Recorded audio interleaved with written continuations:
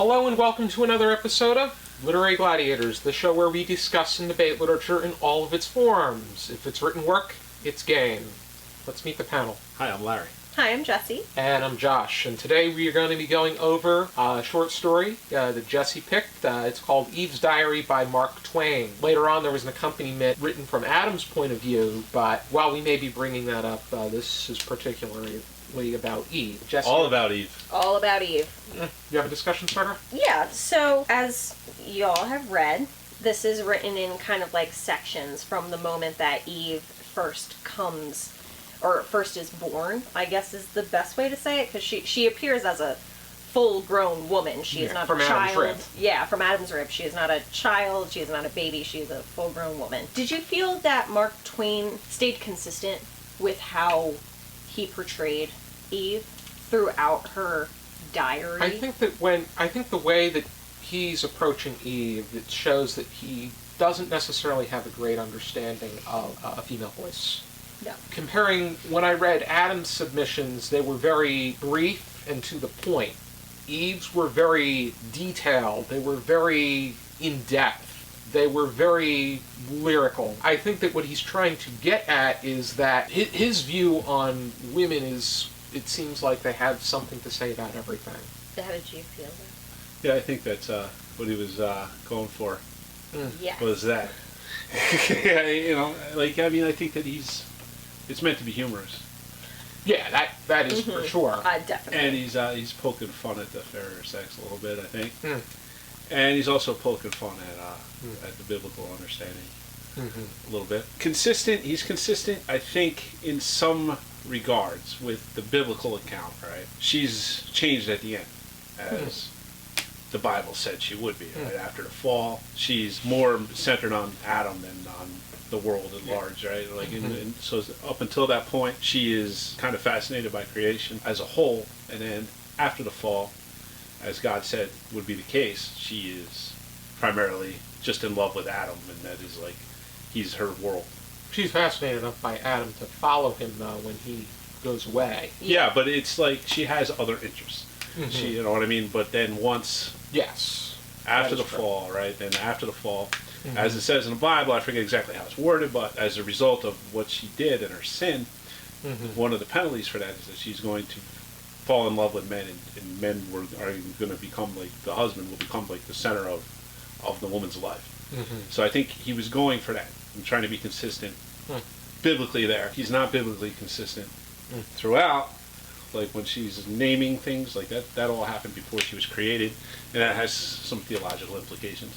I think that she's consistent as in that regard, but the story's not completely consistent overall. That's how I kind of felt about it. He did a good job in the sense that he's poking fun at both men and women, or in that sense where it's she is definitely the talkative one, because come on, how many women do you know who don't? Come on, we talk. We talk. Exactly, we talk. That flighty sense, and then, the innocence of, oh, well, he's mad at me.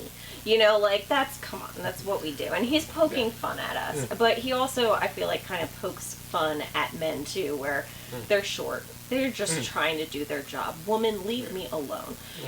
Kind of thing. But I felt like he was very inconsistent with how it's she knows some things but doesn't know other things, and like you said, how she's going around and just kind of naming things and doing things. And she invented fire. No, it's not in the She invented what they call in the piece. She invented the name for fire. Yeah, I thought she did something with it and she created fire. Yeah, she kind of discovered it. And then he's like, "What's that?" And she's like, "It's fire." Yeah. And he's like, "It's useless." And she's like, "It'll be useful someday."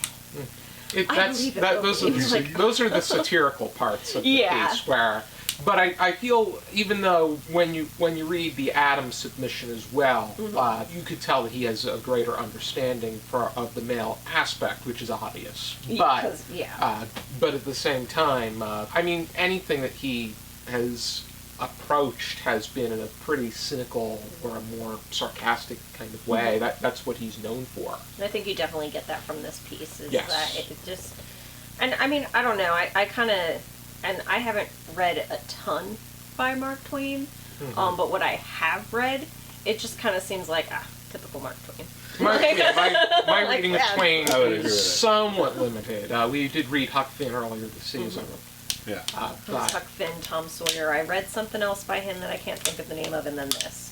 So it's like, but it kind of has that, like you said, almost kind of sarcastic, just the way he approaches things is very, he just has a way of doing it that you're just like, if you didn't tell me Mark Twain wrote this, I probably could figure it out.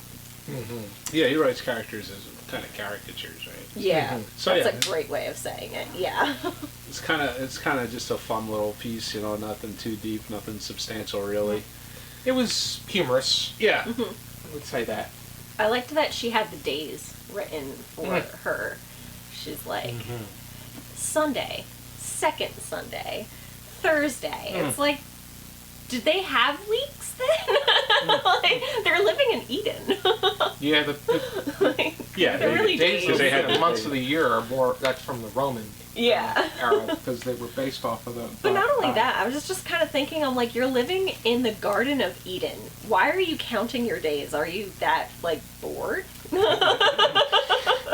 Interesting. Yeah, I don't know. But, you know, you got to It's keep something I thought the Sabbath, right? I mean, I think that's the Yeah. earliest commandment that's in the Bible. So you got to remember every seventh day. Yes. I thought it was kind of, like, I mean, this is definitely, like you said, more Comical. comical, thank you. I don't want to say that I originally thought, I didn't really know what to expect going into it, thinking Eve's diary. I was like, I don't, what did you guys think of when she first, like, saw Adam? She was, like, not aware of him, and then she's, like, throwing mud at him or something. And, like, and he runs away up a tree and, like, doesn't come down. And she's, like, it just cracked me up. And, like, this man, she's born of this man, and she throws mud at him, and he's like, huh, like a monkey runs up a tree. Yeah, it was kind of, you did get the impression of monkeyness with Adam, definitely. I think that they're taking a jab at the evolution aspect. Yeah. And tigers eat strawberries in the Garden of Eden, guys, in case you... Yeah, well, I mean, that's actually a theologically debated issue, is what happened before the fall. Because supposedly the fall is what brought death, right? Pre-fall, no death. So if there's no death, then what did carnivores eat? So, you know, some theologians still say that they were vegetarian before the fall. So That makes sense. I didn't think of that. Yeah, it's part of, you know, I mean, all this stuff has been debated and discussed for millennia, so there's right ground to get into all kinds of things.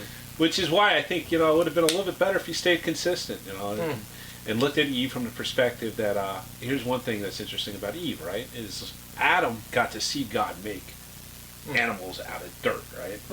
So there's God making animals out of dirt, okay? And then Adam named them all. And then at the end, God creates Eve from Adam. So she doesn't see any of that. So her respect for God might have been a little bit less than what Adam's was, who had this firsthand account of seeing miracle after miracle after miracle happen right in front of him, where Eve was just kind of take Adam's word for it. So I would have liked to have seen that played up a little bit more. I think that might have been an interesting thing. Get into the fall a little bit deeper, like, you know, I mean, it's just completely skipped over. It's just like one day they're in Eden, and the next day, oh well, it's like after the it's fall, over, and then 40 years later, and you're like, what? Yeah, so and I kind of wanted, I was honestly, as I was reading through it, I was kind of hoping to get a little bit, like, because she talks in one little, like, verse or paragraph, whatever, where she's trying to get the apple for Adam, and he says, no, that's forbidden. And she's like, but I just want to please you, and if it pleases you, that makes me happy. And then, but, like, I was hoping they'd go back to that, where she gets the apple and gives it to him, or eats it herself, or, like, something like that. Yeah. And it's just, nope, it's like, and then I created fire, and one day it'll be useful, and after the fall. yeah, and Now then they're we're in talking love, about, and 40 then years later. she's talking about the apples, like she's been eating them for a while too, you know, after that. So it's like, I don't know, dude. That's not real lined up with the biblical, right? Because she's talking about how they ended up getting roasted in the fire. And This is not supposed to be it's not supposed to be completely aligned with the biblical. No. Well, it's not. It's not supposed to It's supposed to be satirical. be. Yeah. Yeah, but you could work within that framework. Is what I'm saying. I think you could work within the framework of what actually happened in the order that it happened, and still have plenty of ground to come up with interesting. Yeah, I mean, I don't think he did a bad job with what he did. I just think, he definitely could have done a little bit more with it. I think he was taking another direction. Yeah. And I thought it was interesting, too, because it seemed like before the fall, when they were living in Eden, Adam wanted almost nothing to do with Eve. And then when you get to, like, the very last line, it says, "Wheresoever she existed, so did Eden." And it makes it sound like it's this grand love story that he is so madly... And it's like, he talked to her like twice. She didn't even know his name. Like... This is the origin of enemies to lovers. Yeah, like, it made no sense to me how he went from, like... Where she's like, I told him my name, and he just didn't care. If he told me his name, I would care. I'm like... As a woman, that's exactly how I would have felt. So I get it. But then you have that last line where he's like, and I don't know if you saw the pictures for it, but online where I read it, there's like these pictures, and it shows Adam sitting on her grave looking all sad. And like he was actually in love with this woman. And frankly, I'm confused because he probably wasn't. But I did like that line, "Wherever so she existed, so did Eden." And it sounds so romantic, and it makes it sound like the story is much more romantic than it is. Yeah, you think she might have mentioned in her diary the fact that her oldest son murdered her second oldest son, She didn't even mention that she had children. Yeah, I know. And I'm like, did they have kids? How did they populate the earth? Why didn't she talk about eating the apple and falling from Eden? You think this stuff might have made it into the diary? It's the worst diary ever. She gives six chapters to the tiger, It just happens to be by her. I don't know though, but as like I think the funniest thing that I found about this whole story is just as a woman reading about Eve's thoughts as a woman. I'm 100% Eve. I'm just like, every time she got whiny, I'm like, I get it. Yeah, no, like, why won't he talk to me?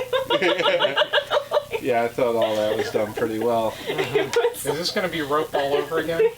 No, we're not arguing this time. Yeah. Rope, we argued. But this, I'm just like, if you ever want to know what's going through a woman's mind, read Eve. Because... It's literally that. And if that's the case, then Mark Twain succeeded in being able to ultimately. His stereotype of woman's thoughts kind of nailed it. Because, I mean, at first I was like, wow, I do not talk like that. Yes, I do. No, he's right. Like, yes, I don't talk that much. Yes, I do. Daughter of Eve. Yeah. But then again, everybody's different. I mean, everybody's different, but he nailed me. Like, that sounded bad. He got my personality down. Already then. I enjoyed it. I don't know. I thought. Do you have any final thoughts? Yeah, it's cute. It's fun. I thought it was a delight.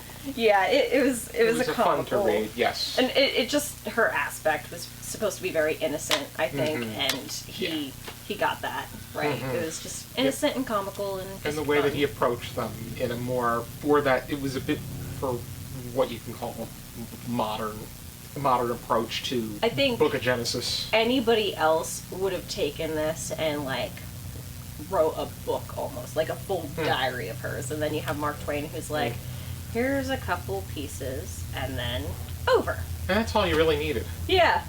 Like, I feel like any more would have been too much, but any less would have made this bad. I enjoyed it. I liked it. I thought it was silly. Alrighty then, if you're interested in reading this and some more Mark Twain short stories, here is the complete short stories of Mark Twain. Thank you for tuning in, and be sure to join us next time for another episode of Literary Gladiators. For now, keep reading.